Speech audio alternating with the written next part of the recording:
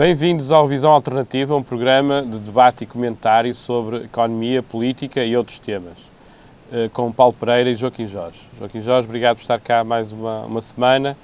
E vamos nós aqui a um tema que já parecia estar ultrapassado, mas que volta um pouco à ribalta, que é o rescaldo das autárquicas, e nomeadamente a expulsão. Parece que há aí uma vaga de expulsões de partidos, nos partidos, de militantes de partidos que concorreram ou que se opuseram às listas oficiais.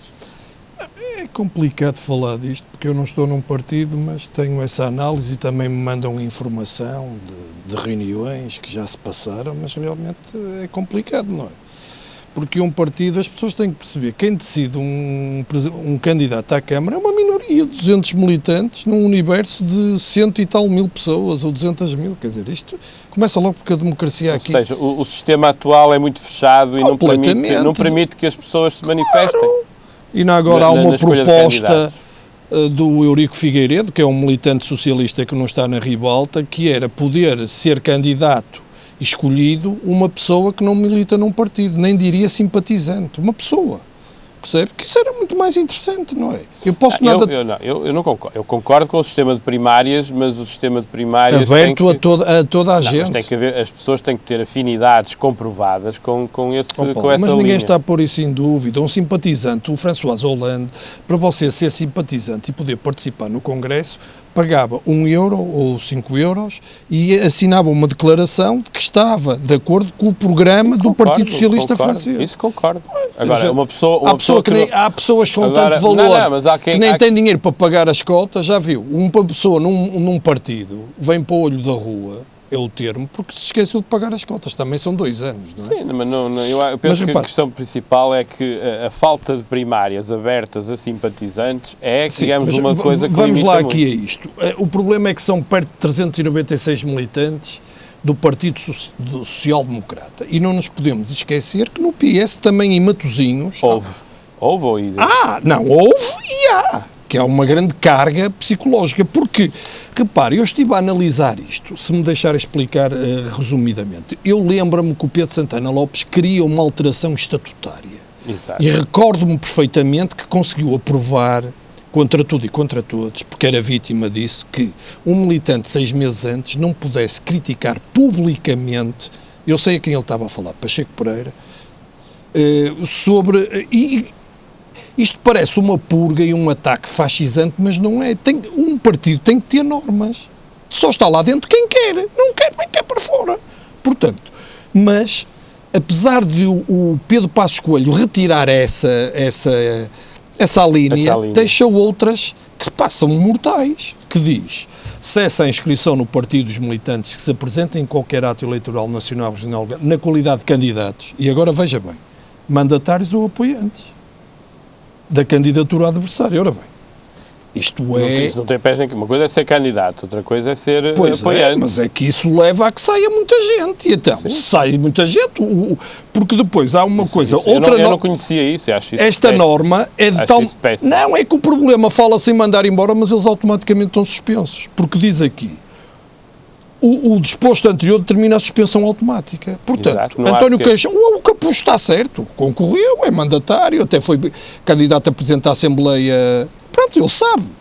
Agora, outra coisa é, como é que isto há? Há militantes de primeira e de segunda? Isto é, vão tirar, então a malta de Gaia que esteve com o Aguiar, porque esteve com o Aguiar e não concordou com o que lá estava, porque sabe, é que a reunião em Gaia não leva a mal, mas é exatamente o pior que se passa dentro de um partido político. Mas que reunião? Não sei que reunião é que está a falar. A última reunião, toda a gente sabe disso, a última reunião para a escolha do candidato. Eu não sei. Mas eu digo, depois você gosta dessas coisas de comentar na hora, que isso tem piada. Houve uma votação e da primeira vez ganhou... Na Conselhia do PSD, é isso? Do PSD Gaia, que era o Luís Filipe Menezes. Certo. Mas a gente tem que perceber que o Luís Filipe Menezes já estava com a cabeça no Porto, não é? Correto. E é correto isso. Portanto, ou não deveria ter ido, ou pedir a alguém para o fazer. Mas há aqui outro problema que é preciso salvaguardar o Menezes. É que o Marco António enganou toda a gente e se calhar até se enganou a ele próprio. Que à última da hora não foi. Mas isso o que é que tem a ver com o nosso tema? Tem a ver que essa reunião, o Aguiar, foi votado 8-6 A favor. A favor. E de repente, repare que até saiu nos jornais que era o Aguiar o candidato. E de repente houve uma tentativa de um problema com um voto, foi alterado e houve um empate 7-7.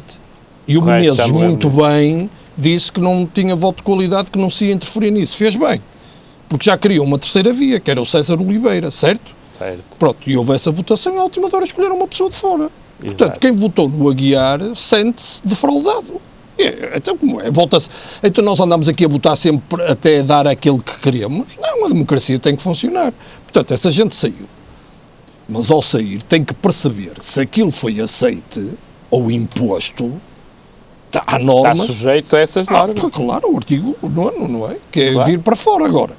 Agora não, mas essas pessoas de Gaia têm razão, então se elas vierem para fora, desculpe, tem que vir o Rui Rio, tem que vir todos, o Valente Oliveira, Miguel Veiga, etc. Toda a gente que esteve na candidatura do Rui Moreira. Agora é preciso... Inclusive é apoiante, que é uma coisa fantástica. E em Sintra. Agora, o que é que... E Cascais. E outros sítios. Portanto, agora o que é que deve acontecer? É a minha opinião. Antes de mandar alguém cá para fora, não seria melhor perceber porque é que militantes históricos e grandes militantes saíram do partido e foram apoiar outra pessoa? Não se deve fazer uma catarse. Sim, mas essa norma tem que sair porque senão leva pior que o PS. É mais stalinista que o Partido Socialista. A estas situações. Pois, porque o PS não tem isso. Aquilo que nós... que diz o PS? O PS diz que falta grave é integrar ou apoiar expressamente listas. Não especifica... Não diz mandatários. Desculpe, não diz mandatários nem nada.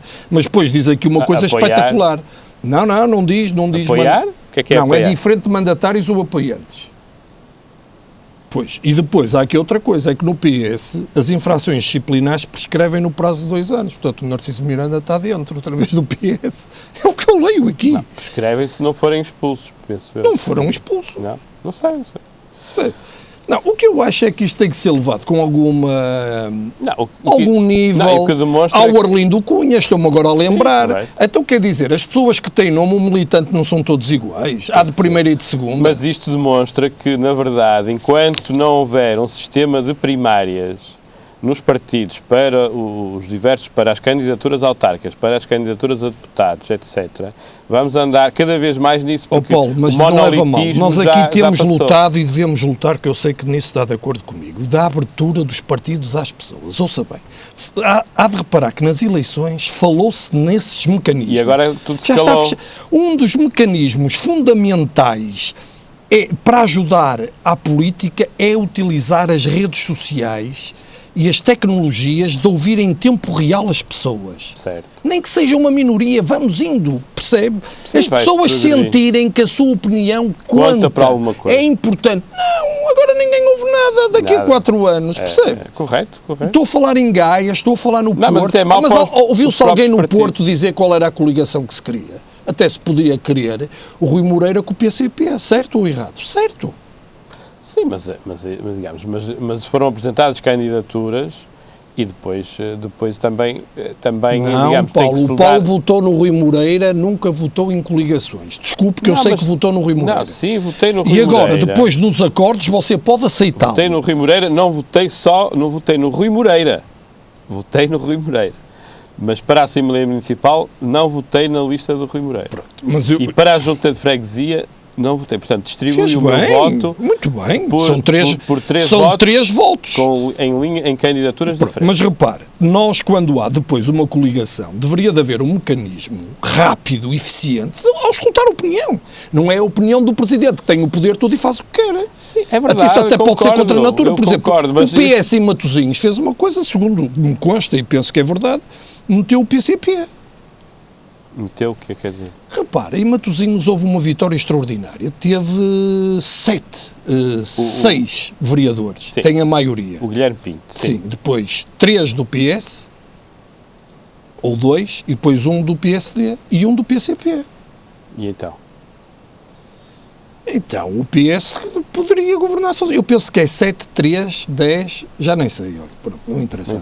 Não interessa. Agora, podia haver uma coligação que vencesse. Houve muitos deputados do PS, houve, salvo erro, 3 do PS e 1 do PSD e 1 do PCP. Ou seja, dava para governar ao contrário. Dava para governar sozinho e parece que incluiu o PCP, fez bem. Pronto, é uma oportunidade, é um trabalho. Claro. Você disse o PS. Pois, eu para mim, mas isso também foge uma boca para a verdade. É que eu não percebi. Não, é que eu acho que em Matosinhos o PS é mais esmagador. Repara, agora vão atacar as pessoas, porque há muita gente, como o Guilherme Pinto, e muito bem, antes de se candidatar, saiu do partido, entregou o cartão. E ele, o executivo, inteligente. Correto. E diz que não tem intenções de voltar tão cedo. Sim, isso é o que ele diz. Sim, mas eu acho que é uma atitude. Não leva mal, é uma atitude correta. Ele é socialista, não vale a pena. Sim, as pessoas não podem renegar o seu passado. Ele, na altura, não pode concorrer pelo PS. Mas repare, há muitas pessoas no Partido Socialista que não são socialistas. Faz-me lembrar aquele. Não sei, eu nem sei se ele é militante, que é um tal de Luís Amado, que agora está à frente de um banco, que pelas declarações que faz continuamente, apesar de ser presidente de um banco, acho engraçado que tem uma intervenção política muito forte, está sempre a comentar, principalmente a oposição. E ele faz a oposição à linha do seguro. Ele diz que não, mas é o que transparece. E a maneira como ele fala, claramente, nada socialista. Portanto, estar no Partido Socialista não quer dizer que seja já criticava o Sócrates. Quem? O Luís Amado, que eu lembro. Sim, claro. Tipo, sim, mas ele agora neste momento é tão favorável à linha do governo que na verdade não faz grande sentido ele se considerar socialista. Sim, porque a linha do governo... Ele até vê-se logo, porque ele foi convidado para ser presidente do banco. Não, para uma coisa que é muito importante perceber, que é aquelas jornadas de verão do PS. Exatamente. Portanto, dizer que ele tem alguma afinidade com o Partido Socialista é uma coisa muito longínqua. Não, mas o problema aqui é que agora engaia o Firmino Pereira, inteligentemente. Se calhar, repara, o melhor candidato do PSD, quando se perde toda a gente tem culpa e ninguém tem razão. Era o Guilherme Aguiar, claramente. Não, ficou em terceiro, caramba, calma. Era o Marco António Costa. Sim, como o Marco António não foi... Agora, muita gente apoiou o Aguiar, mas o Firmino posiciona-se para ser o líder da oposição, não só na Câmara, mas já está amputado. Falta-lhe uma vereadora que saltou. Saltou não, e fez bem, porque os portugueses, como dizem bem, querem união, não é desunião, uns para cada lado, querem colaboração. Ficou com dois, ele e outro, e agora tem uma eleição interna brutal, mas é isso que é preciso que se explique. Como automaticamente os militantes saíram, não podem votar em novembro, certo? Correto. Portanto, mas há duas listas. Até às próximas autárquicas muita água vai correr, não é? Sim, mas essa eleição tem influência porque quem for eleito é 2 anos e vai ganhando poder. Sim, claro, mas não quer dizer que tenha... E os militantes estão contra isso. Portanto, realmente o PSD vai deixar cair isto de podre. Sim, mas lá está, porque o PSD, perdendo em câmaras importantes as eleições autárquicas, também vai ter dificuldade em reorganizar-se. É isso que nós temos que falar para as pessoas perceber. A vida interna dos partidos, por vezes, é promíscua, é impune, e a impunidade impera. O chefe, o partido, aquilo a que eu chamo os sindicatos de voto. É verdade. E isso tem que se resolver por uma alteração. E no Partido Socialista, na Conselhia, já vai haver eleições. Claro, o que é que vai haver? Normal. É o Pizarro e um médico contra o Pizarro, que o Pizarro nomeou para duas direções clínicas em 2 hospitais. Tem piada, não tem? Portanto, que amigos que nós somos. É vida de política é muito difícil. A política é muito complexa e se não houver uma reforma do sistema político, não estou a falar de revisões constitucionais, mas sim de reforma do sistema político, não vamos a lado nenhum. Vamos aqui às câmaras, que eu também queria falar. Também Desculpa. Aqui, continuo mais ou menos neste tema, a evolução aqui que houve nas câmaras municipais, nas tomadas de posse, nas primeiras reuniões. Em Gaia, pronto, cumpriu aquilo que disse, que faz bem, todos fazem isso, mas ele bastante bem, que é baixar o preço da água, baixar o IMI, que não é o preço da água, é o preço da fatura da água, que é os resíduos sólidos. Sim, o que as pessoas fazem. A derrama, quer dizer, as empresas que vierem para Gaia, porque Gaia é muito grande, é que toda a gente diz que Gaia é o 3º município, não é o 2,5, é o 2,5. Eu sei, tem muita população e tem uma área enorme, muito maior que o Porto. Perdão, que o Porto e que Lisboa. Sim. Então que Lisboa, portanto, é um bocado complicado. E, portanto, fez isso e fez a ação social, que é contratar vários professores para ajudar alunos carenciados e que faltam nas escolas, porque uma escola não é só professores, é o pessoal não docente, senão não funciona. Se não houver uma cantina, uma escola não funciona. Claro, se não houver pessoal auxiliar. É preciso que se diga isto publicamente. Muitas vezes não se respeita isso. As pessoas não entendem. E depois também arranjar os buracos das ruas regionais, locais, sim, em vez de ser as grandes autoestradas. Do interior? Muito bem. Mais do interior Pronto, do concelho. mas agora, o problema que eu queria falar aqui, que é um problema grave, de ética, que nós temos falado de conduta do funcionário público, que é, à última da hora, a Câmara de Gaia nomeou várias pessoas para as empresas públicas. Contratou, afinal e ao cabo. Sim, nomeou. Que elas já lá estavam. Sim, pronto. Já as tinha nomeado e agora contratou-as. Pronto, o que é que acontece? Nós temos que ver aqui uma coisa. Isto é lamentável. Num Estado de Direito, isto é um abuso de poder, isto é crime de abuso de poder, não é? Sim. De confiança. Concordo. Portanto, quem é que nomeou? Foi o Menezes? Não. Porquê? Já não estava lá. Foi ele que mandou nomear? Não sei. Quem é que nomeou? A Presidente de Câmara, Amélia Traça. Está lá. Estava efetivo. Claro. Foi o Firmino, número 2, que impôs. Nas empresas públicas, o Presidente do Conselho de Administração, o que é que andam ali a fazer? São eles que mandam? Foi obrigado a nomear? Juridicamente são eles Podia recusar? Podia. Não sei. Essas são perguntas que eu não tenho. São perguntas que eu gostava que me respondesse. O que é que acontece? No meio disto estavam lá 2 vereadores, eu não vou falar em nomes, sou amigo deles. Um é Presidente do Conselho de Administração da Gaia. O que é isto? Mas o quê? A Câmara de Gaia está a saque? Portanto, o Eduardo Vitor Rodrigues só tem um caminho. Não pode ir para a cama pensar, vão-me atacar que é caça às bruxas. Não é nada. Tem que cortar a direito e pôr essa gente toda lá para fora. E depois, se acha que há algum incompetente, admite, mas é ele. Sim, mas admite, mas por concurso público. Ou por um concurso aberto. Não, é que é preciso que se explique, muita gente não percebe estas coisas da Câmara. Muitas vezes está a gente na presidência da Câmara e em determinados locais de fins políticos que já era da Câmara. Correto. Portanto, veio destacada, tem outro ordenado e depois volta para o lugar que estava. Certo. Pronto, isso pronto. Mas há os outros que têm uma aviança, é um contrato, é um contrato político. Eu também li qualquer coisa e pareceu-me que o Eduardo Vitor Rodrigues hesitou nessa questão e eu concordo. Não pode hesitar porque isso... Fala em transparência, fala em poupar dinheiro, isso custa muito dinheiro. Vai perder prestígio. A mim disseram-me que há motoristas, eu não estou a dizer que seja verdade, que há motoristas a ganhar 2.000 euros colocados na Gaiuro. Repare, esses motoristas estavam com o vereador. Se não pertence à Câmara, tem que ir embora. Claro, repare, será que esta gente, ao fazer isto, deixa-me só dizer isto, estão a pensar que quem assumiu o poder em Gaia é idiota, é atrasada mental, é bem se passa? Não consigo entender que isso suja de tal maneira o nome das pessoas, dos políticos, que não consigo entender qual é o racional. Eu não estou aqui a atacar ninguém. Não, está a atacar a situação. Não, eu moro em Gaia, eu sou cidadão de Gaia, tenho o direito a saber o que é que se passa. Alguma decisões de primeira linha? Por acaso há, quer dizer, é que o Tribunal eu não sei se já foi ao Tribunal de Matosinhos, se foi, infelizmente ou felizmente. Sim, já entrei no edifício. Um edifício de primeira, portanto é uma pena perder essa qualidade. Mas o que é que aconteceu? Não, vão ser transferidos com esta reorganização do mapa judicial. Não sabia. Depois... Vão transferidos para onde? Não sei, vão ser espalhados por Vila do Conde e Póvoa. Então, sendo aqui Matosinhos muito maior e com muito mais população. Não tem pés em cabeça. Mas isso tem que falar com a Ministra, acho bem. Sim, eu acho que não se devia falar, eu conheço a Ministra, vou dar aqui um conselho ao Guilherme Pinto, aborda de uma maneira clara, em vez de andar aí com ataques e pelo jornal. É a minha opinião. Sim, mas porque ela é uma pessoa que... Mas imagino que ele tenta falar com ela e que ela recusa falar com ele. Aí ele tem que usar outros métodos. Não sei se ele alguma vez aqui diz que falou com ele. Depois, há aqui uma proposta muito interessante do Pedro Vinha da Costa, do PSD, que é isto que se deve fazer, que haja aqui um tribunal marítimo, que não há.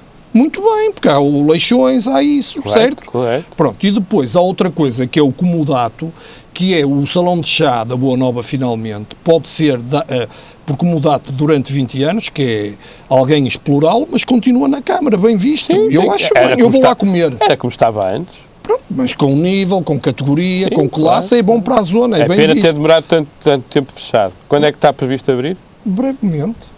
Foi pena estar 2 anos ou 3 anos fechado. Vá lá que o PS e bem o Parada não se pôs aqui aos ataques loucos, porque o Parada deve ser inteligente, deve ir para a cama pensar que se tiver uma conduta equilibrada e de oposição, pode muito bem ser o próximo Presidente de Câmara. Sim. Se não tiver essa conduta, problema dele e de quem anda com ele. Claro. Um tema que o Joaquim Jorge também tem interesse, que as afirmações de José Sócrates, que na altura do governo minoritário diz ele que tentou formar um acordo com o PSD. Eu já ataquei muitas vezes José Sócrates. O PSD diz que não, que nunca teve nada de formal, nunca recebeu nada, o Passos Coelho diz que não, ele diz que sim. Eu acho que ele tem razão. Porque eu estou sempre para atacá-lo. Se, primeiro, os interesses dos partidos têm que estar abaixo dos interesses do país. Esta vaidade, esta coisa do partido e dos seus interesses e dos líderes, acabou. Estou farto. O meu partido é Portugal. Sempre foi. Portanto, ao fazer isto, o Sócrates tem razão. Mas eu estive a ver, a única vez que houve um Bloco Central, em 1983, Mário Soares Mota Pinto. Porquê? Porque Mota Pinto era um senhor com muita classe. Foi pena depois ter adoecido e morrido. Correto. Mas o PSD também cedeu, estive a analisar, porque a Inera estava recente a morte de Sá Carneiro. Correto isso. E porquê que o PS pediu ao Bloco Central? Porque tinha muito mais votos. Não é? E o Sócrates perdeu. O Sócrates quis o Bloco Central porque tinha mais votos que o Pedro Passos Coelho. Que a Manuela Ferreira Leite. E que o Pedro Passos Coelho. Na altura era quem concorreu contra... Mas logo a seguir foi o Pedro Passos Coelho e ganhou. Certo. E exigiu eleições, não aprovou o PEC 4. Correto. Agora pergunto eu, seria que se o Sócrates fosse número 2 aceitaria um Bloco Central? Será que em 83, se o Mário Soares não fosse o maior partido aceitava? Nunca, não. O Mário Soares nunca aceitaria, não ser ele o primeiro-ministro. Eu também acho.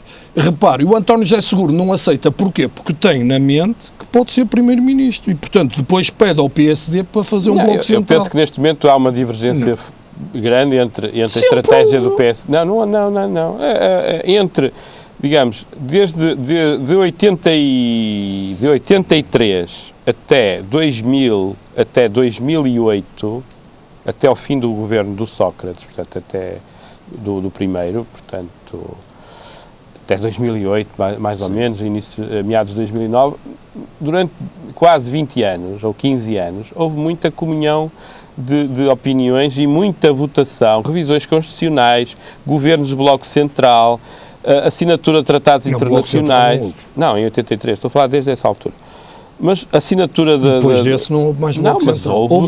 Mas houve assinaturas. Sim, mas isso foi com o Marcelo e com o Guterres. De revisões constitucionais, de tratados europeus, todos em consenso. Portanto, houve muita comunhão de ideias entre o PS e o PSD. Sim. A grande divergência começa quando vem o Passos Coelho e Sócrates, quando eles os dois se confrontam, digamos, a partir daí não vejo... Eu não vejo hipóteses. A questão é esta que eu queria que as pessoas percebessem. Quando somos o partido mais votado, estamos sempre disponíveis para fazer um acordo com um Delfim. Quando não somos o partido mais votado, não estamos. Não, desculpe. É que o Cavaco fala agora em colaboração, e eu tenho memória. O Cavaco Silva, quando veio da Figueira da Foz, faz com que caia o governo de Mário Soares. Claro. Não aceita o acordo. E logo a seguir o Mário Soares, perdido e pensava que ia perder, ganha a presidência da República in extremis com a Marinha Grande. Eu tenho memória isso. Sim. Repare, portanto, há aqui coisas que me metem imensa confusão. Porque ninguém quer ser número 2, percebe? É preciso uma pessoa da classe, do nível do Mota Pinto, que era um senhor, com todo o respeito. Mas não é só isso, desculpa, eu não concordo com isso. Neste momento... Sim. E se você verificar no debate, não só entre o Passos Coelho e o Seguro, mas nas segundas linhas, há uma divergência profunda entre o PSD e o Partido Socialista. Pois é, sabe qual é? Que o PS sonha em ser governo e o PSD, como é governo, gostaria que eles também lá estivessem para se ficar mais tempo lá. É assim que se explica isto. Sim, tem que se explicar isto assim às pessoas. Mas não é possível porque o Passos Coelho, enquanto é governo... mas não é possível fazer como é que se chama? Eu não sei dizer essa frase. Se nenhuma das partes está interessada, na verdade, em ceder nada. Não está interessada. Houve aí uma altura, quando o António José Seguro foi líder, que houve uma aproximação. E o Mário Soares tudo fez para que ela não houvesse. Recorda-se ou não? Mas não é... mas do lado do governo... Então você tem um Ministro das Finanças que se demite por considerar que a linha que está a ser seguida não funciona. E como resposta do Governo é seguir a linha e ainda mais. Como é que é possível haver consenso com um Governo que não cede, que não mexe, mesmo após uma das peças fundamentais da estratégia ter saído? Não é possível. Não é possível negociar com o Passos Coelho. O Passos Coelho tem uma ideia fixa e não vai sair dali. Enquanto for Primeiro-Ministro, ele não vai querer sair dali. O problema é que também a Troika aqui funciona como testa de ferro e é culpada de tudo que se passa em mais algum. Claro. E o Passos Coelho tem um ar que nem parece português, parece nórdico, frio, exatamente. Sabe que o Passos Coelho às vezes faz-me lembrar. Mas como é que é possível haver uma coligação com uma pessoa que não é capaz de admitir que a política atual, em termos económicos, foi um desastre e que acha que. E passamos agora para este tema. Não, deixe-me só dizer isto que falou muito bem sobre o Governo. O PSD falha a eleição de deputado na vice-secretário da mesa da Assembleia. Veja bem, isto foi uma notícia que retirei. Dos 230 deputados, só 106 votaram e era preciso 116. Era um deputado que, para eleger outro... Mas quem é? Era, salvo erro, Pedro Alves, que foi ocupar o lugar do Paulo Batista Santos, que saiu para a Câmara da Batalha. Veja bem. Há divergências dentro do PSD. Completamente. Aliás, não leva mal. Eu acho que em Portugal, pela primeira vez, eu tenho mais de 50 anos, estamos a ser governados por 2 primeiros ministros. Porque um diz uma coisa e depois o outro. Cada um funciona para o seu lado.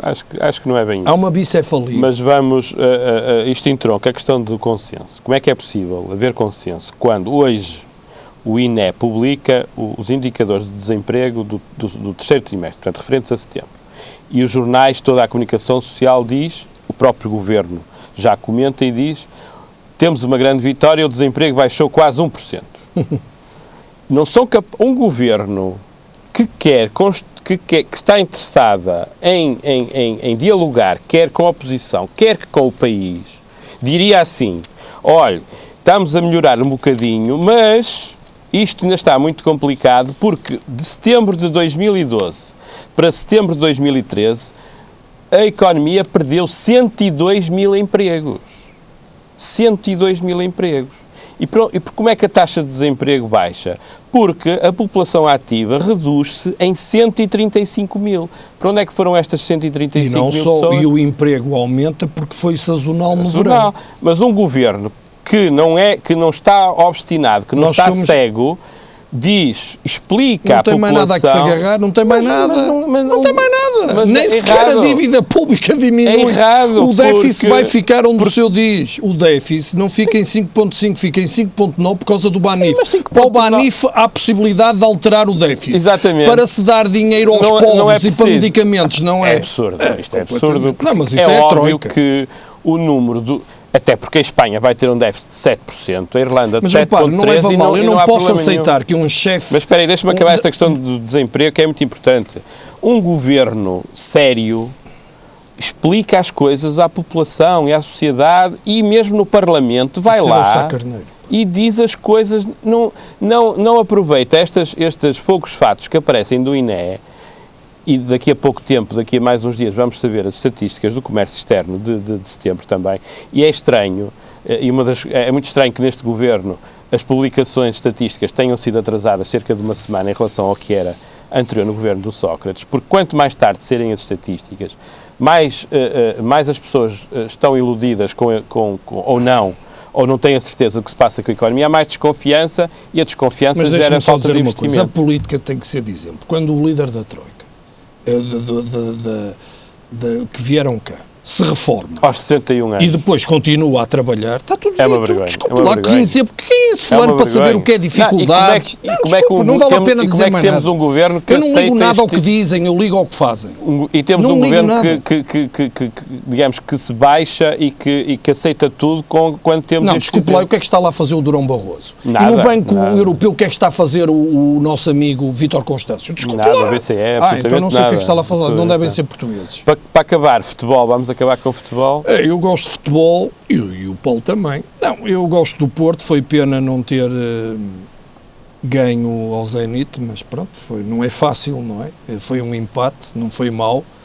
E também o Benfica, é sempre as vitórias morais, grandes jogos morais, e depois é o que se vê. E, portanto, Portugal não vive de vitórias morais, tenho muita pena, mas tenho pena de estar a dizer isto, mas o Roberto é o carrasco do Benfica, no melhor e no pior, porque aqui... Coincidência. Não, quando estava aqui dava aqueles frangos, aquelas fífias e aquelas saídas. Desta vez, aqui os adeptos riram-se porque ele teve um falhanço e foi golo do Benfica, mas agora lá defendeu tudo e mais alguma coisa e, portanto, só tem que chorar. Precisamos de uma melhor semana para a próxima no futebol. E por hoje é tudo, até para a semana.